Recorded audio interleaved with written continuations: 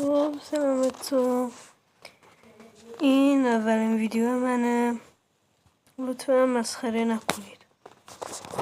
خب امروز میخوام یه خونه مخفی بسازیم. اول همچین نیاز داریم که شما میتونید تو کوه همه چیز میخواین درست کنید. خب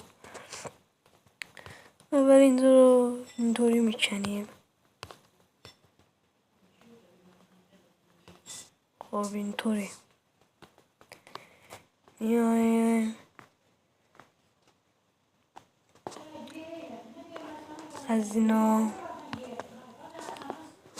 یه دونه بلاچم برمیداریم. خب یه دونه بچمه، بعد نردبون.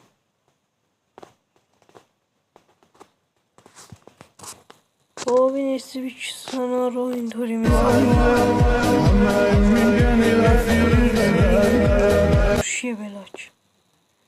بعد اینجا رو میکنیم،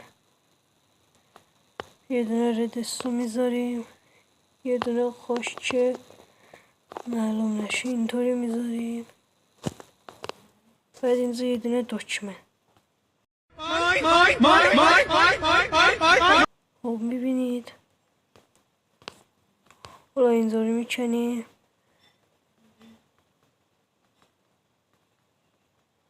بچه فقط این دوتا بلاک روبرویی حتما باید باشه. بله امپراتور، بله حتما. شما چطوری؟ خوب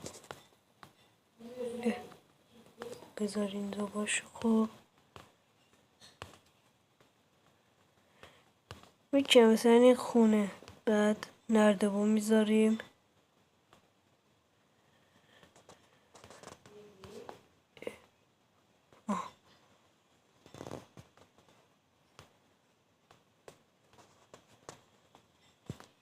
خب حالا یه دونه اینجا دوچو میذاریم فکر کنم. وایسا. خب آره، بعد همون درخت رو اینطوری میذاریم. وایسا.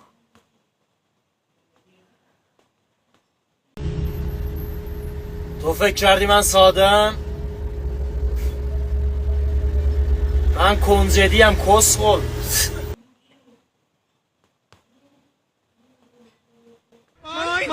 خب آره دیگه، حالا اینجا رو نور میذاریم که روشن بشه.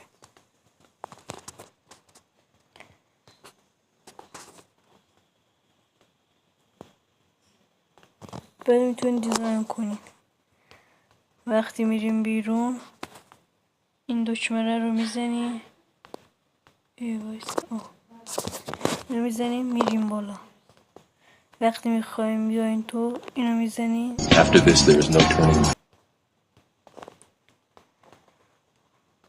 خب خداحافظ.